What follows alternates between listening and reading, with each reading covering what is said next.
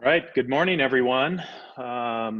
Welcome, and we'll give people another minute or so to show up before we start this chat room. Hope everybody's having a good Wednesday morning, staying cool.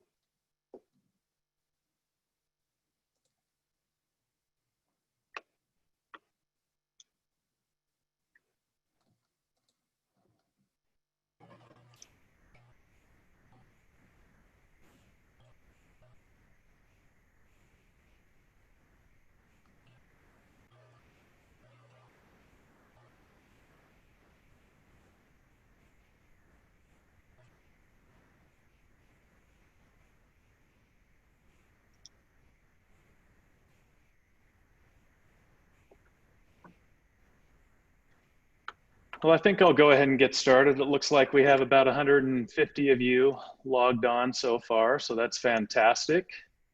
And again, I welcome all of you to our chat room. We've scheduled an hour for this. This particular one isn't interactive. And part of what we hope, in addition to providing an update to all of you on our resumption planning, is that this also stimulates additional follow-on questions that we'll ask that you submit as well, so that we can both respond to those questions as well as take those things into consideration as the various teams continue to work on our resumption. We've been working on this for a number of months now, and I appreciate all the work that's gone into it so far. A reminder, we do have the advantage, of course, that given we're starting end of September, we've got a couple more months. There are other institutions that are about ready to launch into their fall with students returning here in the next couple of weeks. So we're also going to get the opportunity to learn from other institutions as we go forward. And I just want to say thank you to everyone out there that continues to deal with the uncertainty that we're all experiencing as we go through this.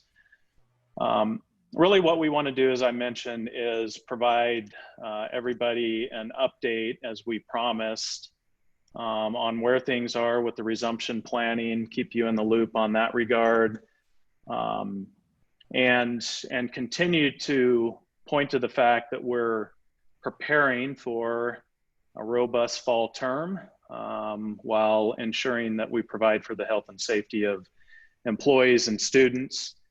We're biased towards figuring out how we can best have an on-campus experience, primarily for the students' sake. Frankly, our students count on us to provide an engaging opportunity, educational experience for them. I consistently hear back from students their desire to engage with faculty, to engage with the campus community. Those that are choosing to go to our campus courses, obviously the online side is different, but they're looking for that experience that makes EOU unique, and then what we talk about all the time. So I acknowledge that's challenging in this environment, given the safety measures that we have to take, but it's so critically important. So I really appreciate everybody getting creative and trying to identify how we can do that and continue to provide that experience for our students. That also plays a huge role in terms of our enrollment going into the fall. We've seen a lot of delays. I've experienced a number of students that have changed their decisions based on what they've heard from other institutions, going fully remote versus offering some level of on-campus experience for students.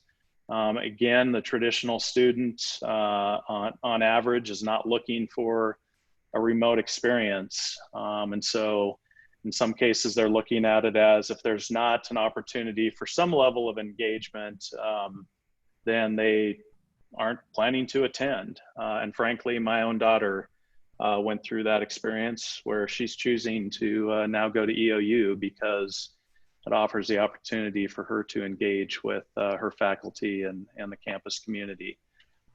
We have a number of guests here today to walk through more specifics as they've worked with the various teams on planning. I have Sarah Provost Witt, who's been leading the resumption work overall. I appreciate the leadership she's been providing, as well as the work in academic affairs. Tim is here to give an update. Chris McLaughlin will provide some update. Lacey Carpillo, Laura Moore, and Angie are all here, and so hopefully we hit on the right depth of information for all of you. But again, if questions occur to you during our report out, please make a note of those, and we'll make sure and let you know how to get those into us. This is not going to be our last one. We're going to continue to communicate, and we'll have lots of opportunities to respond to questions. And frankly, you all can continue to inform the things that we and the teams are thinking about in preparation for a robust fall term. I do want to highlight that even though the county has gone back to a phase 2, in terms of our employees, we want them to continue to work remotely when possible, and if possible. If there's a question about that, please work with your supervisor. But right now, we don't see any change in kind of our protocols up through September 1st at this point, and we'll continue to update if changes do occur. We are keeping our buildings closed to the general public for the time being, even though we flipped to phase 2. We think those are both proper actions to take to preserve the safety and health of our campus community. So with that, I'd like to turn it over to Sarah to speak more specifically about academics. Thank you, Tom. I would like to give you an overview of plans that have been developed at this point, as well as in progress plans that are being considered and developed for instructional delivery this fall. As you know, we are adhering to our September 23rd start date, and we will be transitioning to remote access after Thanksgiving for all classes during 10th and finals week. I have had a couple of questions, primarily from students, regarding what informs this, and it is informed by a number of sources, not least of which is our accreditors identify remote access after Thanksgiving as a best practice, and have encouraged all institutions in their accreditation region to consider that for students who choose to go home for the holidays. Lacey later can talk more about the openness and availability of our residence halls and dining facilities for students who choose not to go home over the Thanksgiving break and winter breaks. Responding to a question that came in regarding whether we were going to be doing mass testing when students arrive. This was actually an idea that was raised in the academic affairs reopening team, with West Virginia cited as an example. And it's quite expensive, and the leadership team decided that we were not going to go in that direction, but Holly was able to develop a dashboard to correlate where our students are coming from with hotspots by county and state. And so we are developing a protocol for what our response would be for students arriving from hotspots. And that's part of our current contingency planning. So we still have to land on how we're going to respond to that. Question from a parent, and here I want to shout out to that parent who is on in the audience with his prospective EOU student, applauding EOU for having in-person classes and affirming that what we are hearing from our students, given where we're located and who we serve is a real desire to have in-person instruction and to have that on-site sense of community that we have come to associate with a college level experience. The percentage breakdown of in-person, hybrid, and remote access courses is 62% at this point in time. 62% of our courses will be in person, 28% are hybrid, and 10% will be delivered remote access. This breakdown does not include online classes, which is its own modality, distinct from remote access. I would like the faculty and staff to know that the inventory of technology and instructional needs for courses that were assigned to new spaces, given our need to have physical distancing, has come in, and they have been assigned to the spaces that didn't have that technology.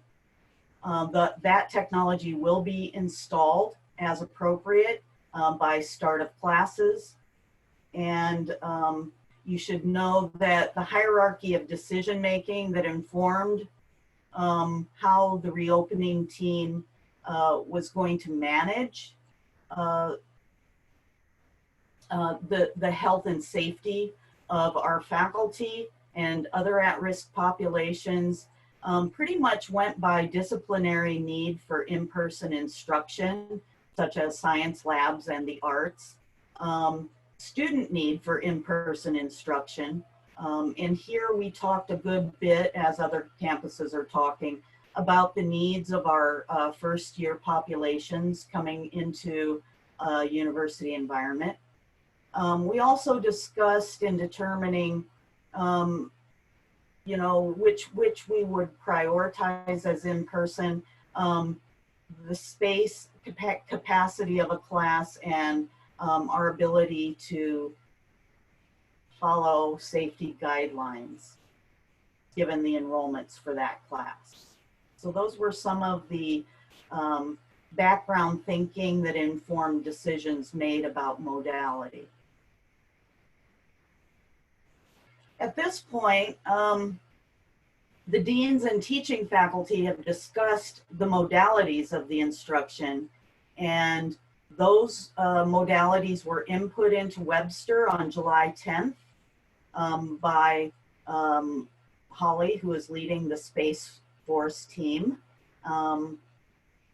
We expect that as registrations for fall continue and that as our on-campus enrollment grows, that there will be a need to possibly change the modality based on space and safety requirements.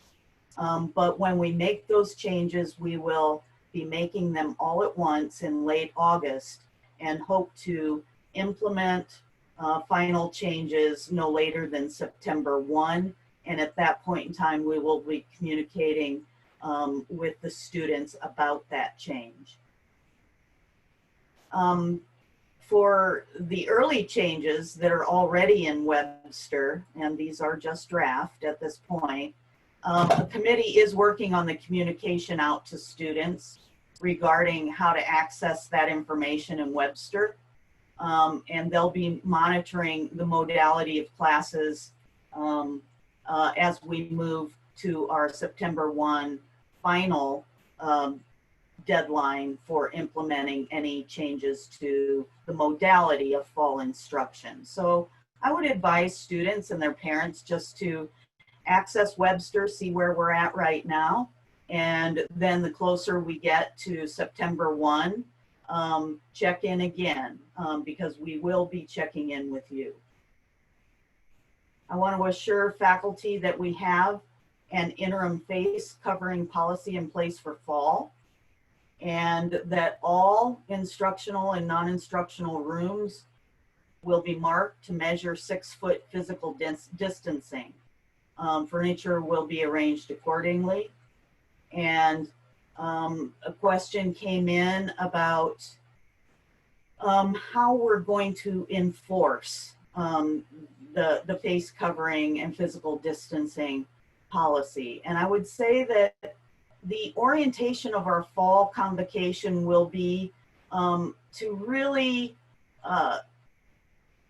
drive home the notion of personal and social responsibility. So this is an educational opportunity for us as we come back together in the fall, come back together safely, of course, in the fall, is to really start to understand our social context and our responsibilities to the civic body. As members of EOU, our responsibility is to cultivate that ethic in everything we do and to model that ethic in and out of the classroom. It is an interim face covering policy. So as employees of the university, we are obligated to follow the policies and the rules of engagement for being a member of the campus community. So the academic contingency plan that's being developed will be designed to assist faculty in preparing for fall classes by providing them with a checklist for instructional preparedness, encouraging them to link to our policies, interim face covering policy, as well as the classroom decorum policy, so that that is apparent in their syllabi and can assist in communicating to the students some of what our expectations are. So that guidance will be provided. It's in development with the reopening team, and we'll be talking with our faculty union member team this afternoon about starting to plan for the contingencies and preparedness that faculty need to be thinking about early in preparation for fall. So that's something that's in progress, and it will be vetted and sent out to the faculty for additional input and feedback. Some questions have come in about cleaning. Cleaning between classes will be performed by the students, and there will be cleaning supply stations in all rooms for that purpose. There will, in phase 2, be daily enhanced cleaning done by custodial services following CDC guidelines. And just so that you know, because there are questions, there will be protocols in place for faculty and students who are exposed to COVID, test positive, and may need to quarantine for a period of time. There will be no penalties, as a question came in, characterized it. There are no penalties for being sick. We will be making reasonable accommodations for students who are out on quarantine, and Student Affairs can speak to that a little later in the program, as well as there will be contingency plans for faculty who need to be quarantined or access class remotely for a time. The health and safety of students and faculty is our collective responsibility, and it's our priority. And for that reason, we are going to be following the Oregon Health Authority self-check guidelines prior to coming to class or to work on any given day during fall term. If you have a temperature or exhibit any new COVID symptoms, or you simply don't feel well, we are encouraging you to stay home and access your classes remotely. Thank you. More updates to come. Thank you, Sarah, for that update. And at this point, I'd like to turn it over to Tim to talk a little bit about our interface with both the state and local public health authorities, as well as our communication activities. So our ongoing communications with external folks includes participation in weekly and even bi-weekly meetings with our county and with this local public health authority, CHD, to share updates and information. They are also reviewing our resumption plan as well. That's built into the framework, but they're taking a look at that resumption plan draft that's already available to all of you to give us feedback on it. And that's just at the local level. That also includes, just so you know, the school district. It includes many other health providers in the community. The hospital is plugged in there. So it's a cooperators group that gets together and shares information with the county and with public health, so we can all stay up to speed on what's going on. We're also engaged in multiple statewide meetings each week, ranging from legislative affairs, coordinating on a statewide response there, resumption planning with Provost Witt and that statewide group, and many others as they continue to share information amongst the universities so we can align on what we're all doing. For example, we're developing some talking points and letters right now to be able to share information with legislators and statewide policymakers so they understand where we're at in this process from all of the university standpoints and the alignment pieces we have in place as institutions where safety primarily is the top priority, and how we're also going to be taking care of providing for the equity lens, making sure that students have access to education and the resources that are being provided at all of our institutions. That's also goes up with in our communications. So communications with our students, faculty, and staff are really at the forefront of everything that we're doing. Information is going out, as many of you seen, on email. It's also being posted to the Resumption website. It's also being pushed out a lot on social media. And the structure is for not only current employees and our partners, but students as well. And in students, we also mean prospective students. So Sarah referred to this as well. There's different teams working on how we're sharing that information out with not only our returning students, but our prospective students who are looking to come here in the fall.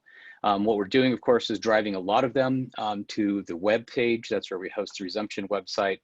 That site has the high-level overview in it, as well as some more detailed information that students, parents, faculty, staff, whoever would like to go through there and take a look at the documents. And there's also places where you can ask those questions. Sarah's referred to some of them that have come in. And so we appreciate everybody going in and taking a look at that site. But that's really the nexus of where we're sharing that information.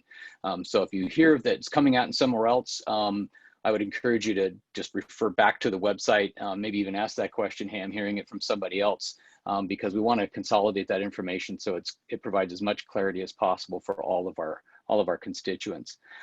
There's the Friday resumption messages that are going out throughout the summer. You're seeing those come out each Friday.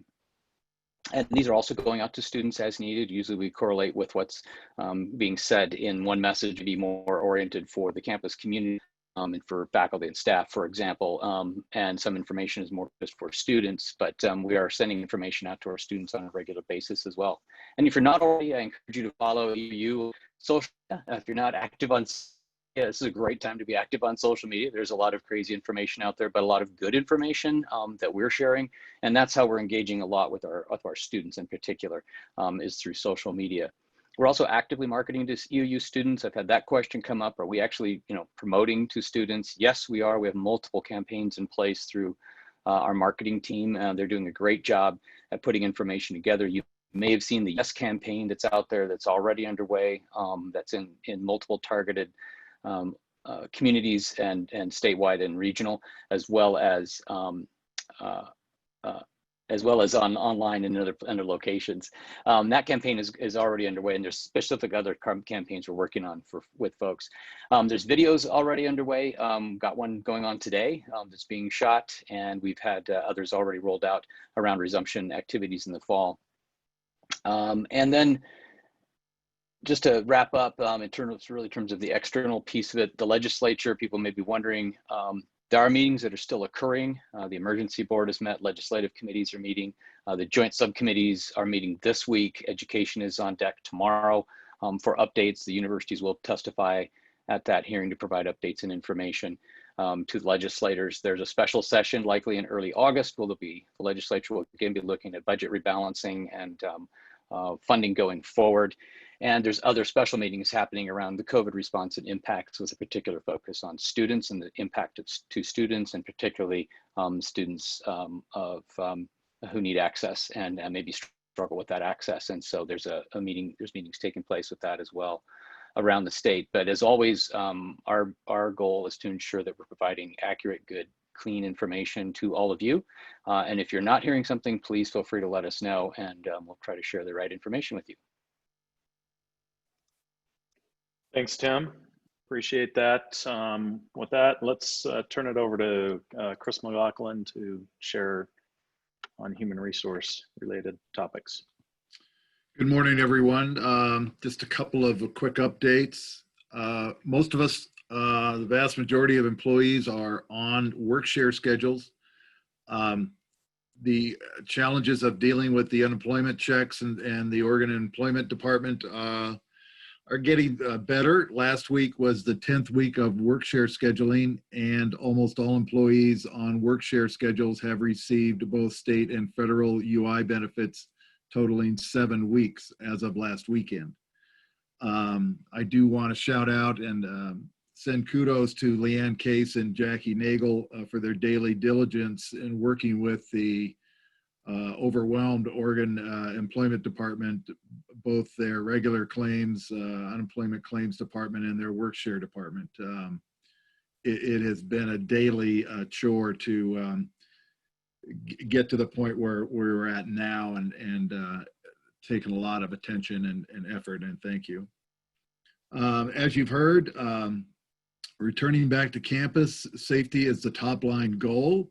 We'll soon all be wearing masks and on campus, and this is a good thing. I urge everyone to go to the website, as many of people already have been directing you to the Resumption Plan website. And on the EOU on-campus resumption highlights, there's a whole section dedicated to safety precautions on there. There's a long 18-item listing of safety measures that have been and will continue to be taken to protect us all from this terrible virus.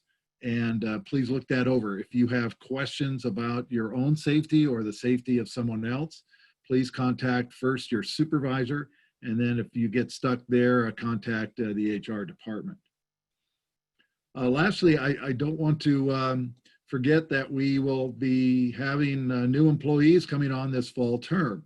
We have 11 new faculty coming on in all 4 colleges, mostly in the English and writing, psychology, public administration, education, couple of mathematics professors coming on, an accounting, a new assistant professor in accounting, both in health and human performance and in sustainable rural systems. These are all new faculty. Please do make an effort to say hello and welcome them to EOU. These are times when extra efforts in communicating and saying hello to people are necessary. And so please make a note of doing that. We also be getting some other employees, including a new custodian. We have yet to fill a couple of positions that are still open and being considered. So thank you very much. And good luck to everybody. Hope the rest of your summer is a lot of fun.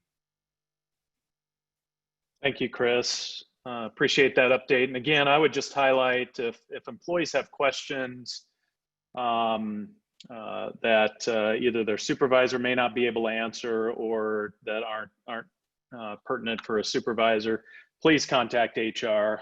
Again, we recognize there's a lot of moving parts going on right now as we deal with all the challenges dealing with COVID-19, as well as mitigate financial impacts to the institution. So with that, I want to turn it over to Lacey, talk a little bit about student affairs and how we're prepping up our spaces for students to arrive and have a great environment here this fall.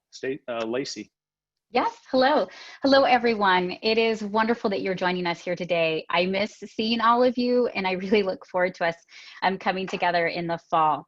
I want to first let you know that we held 2 different forums for our current students. We also invited those new students who have registered for classes. For 2 forums, we held one on July 14th, and then we actually just had one on Monday. It was an opportunity for us to share the resumption planning with the students. We did encourage them to look at it beforehand, but we did cover some of the highlights there. I was joined by Sarah and Tim and Angie. The students were highly engaged in those forums, and we continue, as we have been, to answer questions if students are emailing us. So we'll continue to do that outreach during Mountaineer Days. They are being held virtually, so those are for our new students. We've already had 2. We will have our last 3rd one in August. And part of that, we gave them opportunities to ask those questions and do on those one-on-ones. So just so you know, beyond all the great work that Advancement's doing, sending out that communication, we are doing that one-on-one and providing those virtual spaces for students to ask questions. And so, you know, when we get to the fall term, residence halls and dining will be open. And if you remember, they were open during the spring term. So a lot of that work when it comes to that physical distancing, setting up our space so that we can create that safer environment for our students when it comes to food and for the residence halls, they've already been working on that and setting things up.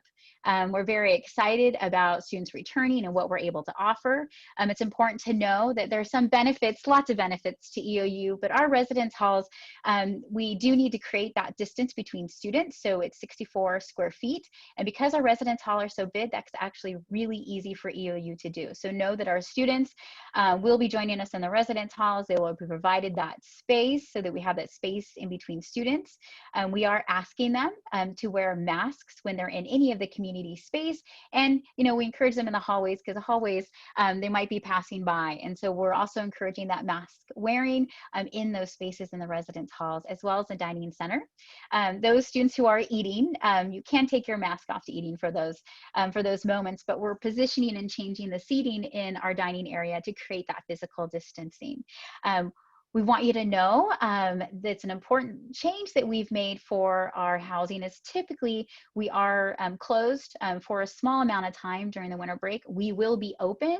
So once we go to remote, those students can stay. I'm actually wanting and encouraging students to stay with us, to not leave, to stay during the winter term.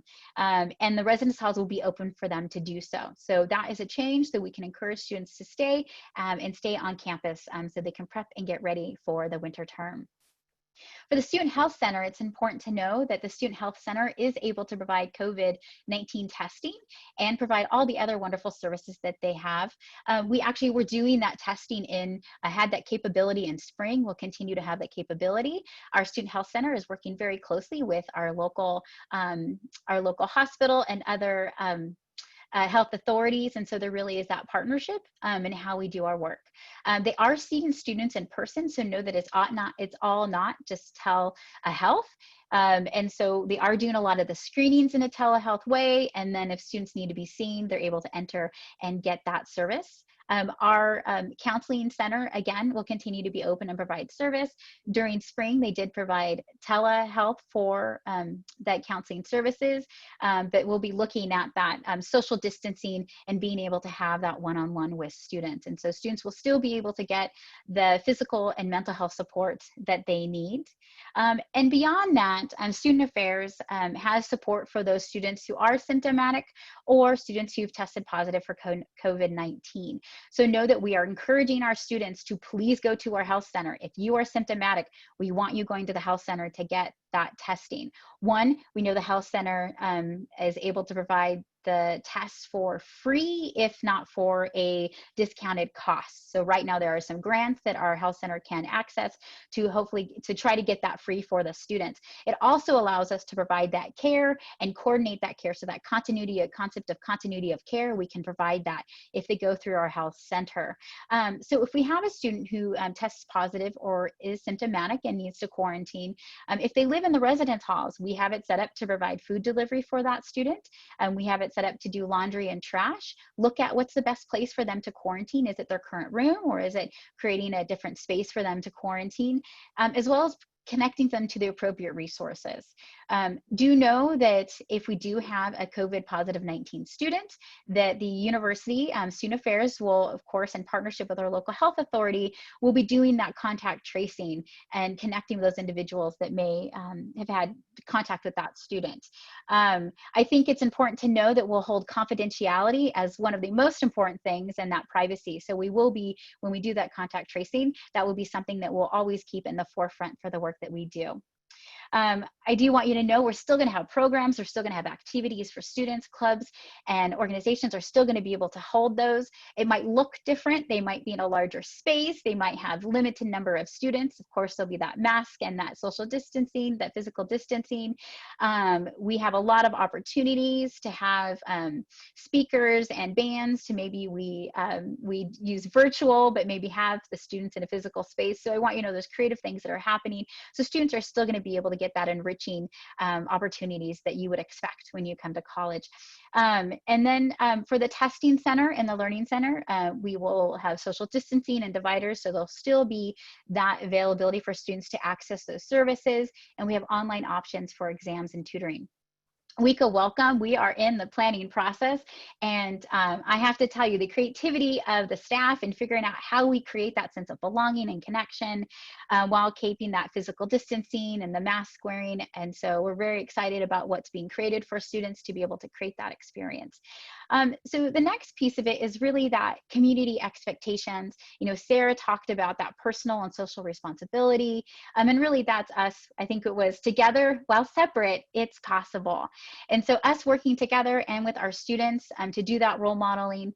Of course, if there is exceptions that need to be made, the students just need to reach out to our disability support office to look at getting those exceptions. And so we're encouraging students, please reach out to us if there's a reason why you can't wear a mask, and we need to work with you to provide that for you.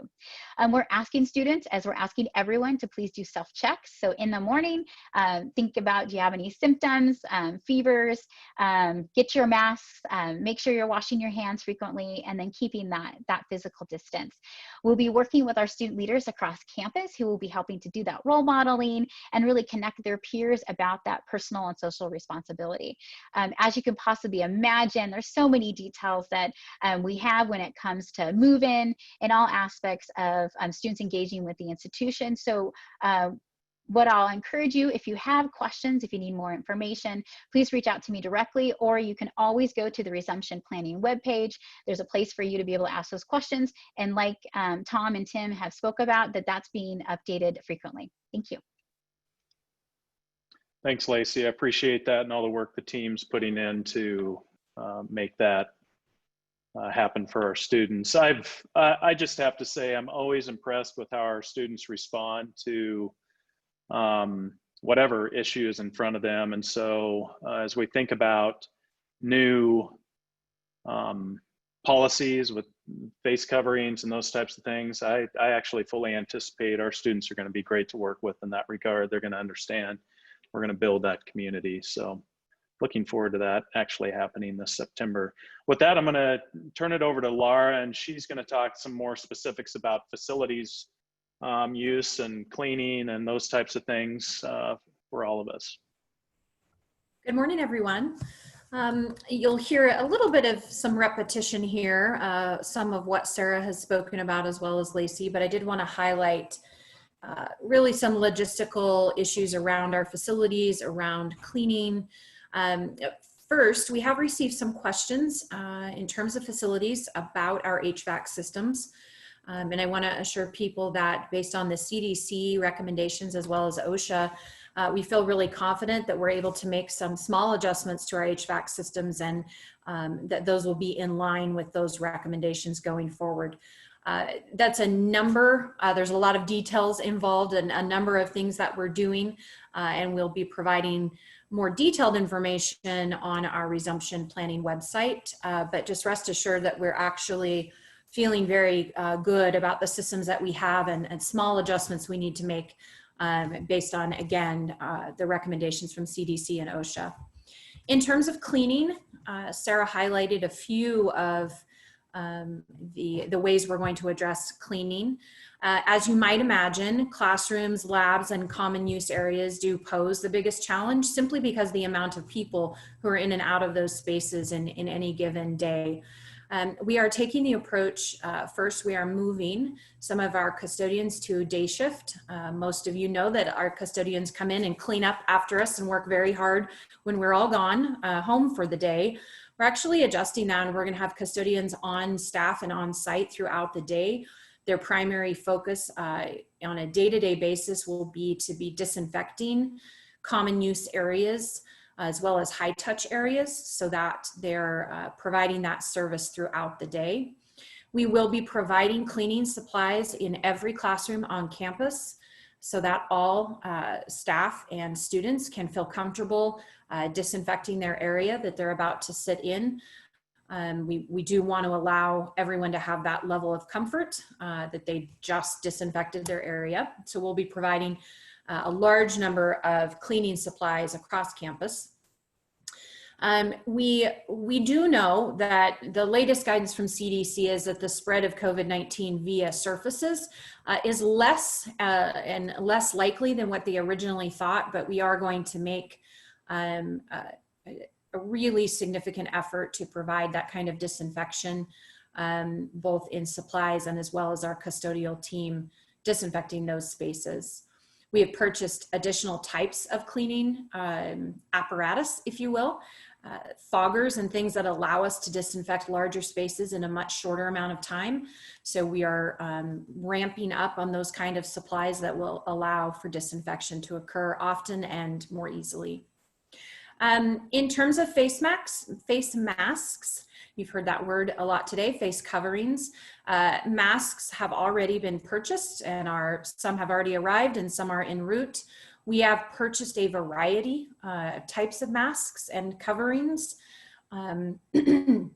We will be providing masks for every student and every employee. We have various types of masks given where people work, the level of risk associated with their jobs. We have some great EOU logoed masks, which will, if you have to wear a mask, you might as well be sporting the EOU logo. So we're excited about those. In addition, we have already purchased and have more arriving in a number of spaces across campus. We will be installing plexiglass barriers. Our Director of Safety, Bill Benson, worked closely with a number of folks across campus in identifying and inventorying where do we need those type of barriers to protect employees and students. So there will be plexiglass barriers in many of our student service offices, in other places on campus, as well as this includes all of our classroom lecterns. So those are arriving and installation will begin soon. In addition, hand sanitizing stations, before we all went remote, we did have at least one hand sanitizing station on every floor of every building on campus. We are adding more where we see we need those. And those will be available in multiple places in every building on campus. Also, in terms of thinking about how the campus is going to function with physical distancing, we have already ordered and have been planning around signage and wayfinding so that in our buildings we have one-way foot traffic. As well as additional signage reminding about washing hands and physical distancing and having your face covering on, signage in classrooms that will help delineate where the physical distancing should occur. So those are the things that we are working on from a real logistical standpoint in terms of health and safety. And lastly, I would add in terms of our role in understanding the larger impacts of COVID-19, we are obviously coordinating very closely at the statewide level in terms of understanding how this may impact our budget going forward. We did have the opportunity in a couple of different veins, both through FEMA as well as the CARES Act. Many of these costs that I just spoke to you about, we can seek reimbursement for. So we're actively engaged in finding every outside revenue source we can find to help offset some of these costs. And then we will be continuing to plan as a campus about the kind of the longer term implications of COVID-19 and what that means for us as an institution. Thank you. Thanks, Laura. With that, we have had a lot of developments with athletics over the course of the last week or so. And so I wanted Athletic Director Angie Weisenfluh to update everybody on those developments. Thanks, Tom. I'm sure most of you have already heard, but last Friday, the Council of Presidents from the Cascade Conference voted to postpone our fall competitions to spring. Along with Southern Oregon and College of Idaho, we are associate members of the Frontier Conference in football. And even though at this time, the NAI and Frontier Conference are still planning to play in the fall, all three of us associate members have decided to move football to the spring. I think the primary question we are receiving around that from our football community is who we will play in the spring if we're not playing members of the Frontier Conference or other NAIA members. We'll be working on putting a football schedule together that will include College of Idaho, Southern Oregon, NCAA Division II, and Division III schools within our region. So we will be reaching out and putting a robust schedule together for our football team. We also are working with the Cascade Conference Commissioner and other member schools to develop game schedules for all of our sports, designated practice start dates, travel protocols, and sport-specific competition protocols. As an athletic department, we will continue in the next month and a half to focus on developing health and safety protocols for our fall practices. We are anticipating conducting fall practices for all of our sports. I think this is important to keep our athletes engaged as well as safety and building a conditioning base and a conditioning base as well as keeping their mental health well and in place. The education and training and implementation of the new procedures will be one of our top priorities. We also will focus on facility preparation and management, and this includes our fitness center. We are planning to have our fitness center open. There will be modifications. We will make sure physical and social distancing are occurring, and we will manage our occupancy throughout the day. We will be following NAIA guidelines and recommendations for screening and monitoring symptoms and testing. We also need to make a number of modifications to our training and practices. It will not be business as normal. There's a lot of different things to take into consideration to make sure that the safety of our student athletes and all of our students and our campus remain safe throughout the fall as we are returning to play. At this time, our sole focus has been creating health and safety protocols and making the necessary changes of moving our fall sports season to spring and what that will look like. I do anticipate that we will be addressing possible modifications to our winter sports soon. We are getting questions concerning winter sports as well as spring, and we will be jumping into that real soon. At any time, if you have any questions, please don't hesitate to reach out to me. It is a very fluid situation, and we will be adapting as we go. All of our decisions will be made with the safety of our student athletes, our students, our community at the forefront. So even though it'll look different, I'm excited that we are going to be returning soon, and just looking forward to providing a little bit of normalcy to our students and activity. So again, if you have any questions, please feel free to reach out to me. Thanks, Angie. I was a big advocate for moving our fall sports to the spring, an outspoken advocate. We like to try to go along with the association that we're part of. Frankly, I think the NAIA will shift ultimately. But given our focus is on getting students back to campus and providing an academic experience that they're paying for and desire first and foremost, and doing that in a safe manner, I just did not feel comfortable sending student athletes all over the region to compete with their extensive travel schedules and increasing the potential for COVID-19 to be spread or brought back to our campus because of those encounters that our student athletes would have. However, student athletes make up more than 25% of our campus community. It's a huge part of our student body. And I also was biased towards the spring because I think it offers the greatest opportunity for our students to actually experience a semblance of a season that they deserve playing at EOU. So I'm hopeful we can create a great experience for our student athletes, that they get that experience and the academic experience that they deserve at Eastern. So thanks to Angie and team for working through all the changes this creates. I would simply close with, I recognize we've dumped a tremendous amount of information out there. It's probably difficult to track all of this. And what we're really trying to do is use every modality possible to communicate what's going on with our campus community and students.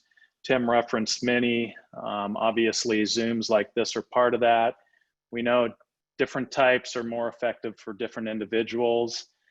We really are striving to put everything in a central location on our website so that people can go and access that. And if questions aren't being answered or things aren't being brought up that you think need to be brought up, either you're not seeing them through the social media, you're not hearing them here, or you're not seeing them on the Resumption page, please communicate that up through the links that are provided on the main EOU homepage. And also, you're always welcome to email president@eou.edu, or for that matter, go to a supervisor or any one of these individuals that is on this Zoom meeting today. I want to close on a very upbeat note. Yeah, this is a lot to digest. This is a tremendous amount of distractive work that we're all experiencing. But as I get up every morning and read the press of what's happening in higher education across the nation, we are not laying off people. We are not cutting programs. We are getting prepared to provide a robust experience for our students. Frankly, Eastern's positioned in a place that I'm proud of because of the work that people have put in the past, the response that we had in the spring to cut costs, to offset revenue losses that we knew were coming, that we did experience, has positioned our university to go into this next year in a position of strength. And when I say strength, that is in a position that we can provide the education that we pride ourselves on for our students and they're looking to us for. And frankly, I think it's going to make us stronger as we move forward and deal with the next biennium of real challenges on the financial side. I'm pleased that faculty and staff, I know we're working through work share and that type of thing, but no employee has been adversely impacted other than me in terms of compensation, in terms of those changes in work schedule that we've taken. That's our commitment going forward, if at all possible, as we continue to deal with our challenges. And as a result, in this state and frankly across the nation, I think Eastern is in a position that few other institutions are. And so I think everybody should be pleased and proud with that because it allows us to focus on students It allows us to focus on what makes us great, that experience that our students have come to and enjoy, and why I'm so passionate about this university, because what I enjoyed as a student when I was here. So thank you for the work. Thank you for your continued work going forward to make us successful. And again, please get your questions or comments into us. We'll continue this dialogue. And thank you to all of those that are participating in our resumption plan. Together, we're going to get through this. Together, we're going to be stronger, and we're going to provide access to a tremendous education to more students because of what we're working through right now. So thank you. Go Mountaineers. And I think we can end this 4 minutes in advance. Other than, I will say thank you to the tech folks for making this Zoom happen. As always, we've got great support in the background of people that no one ever sees or rarely sees to help make these things come off. So thank you so much for that. And with that, I'll say go Mountaineers and have a great day and rest of your week.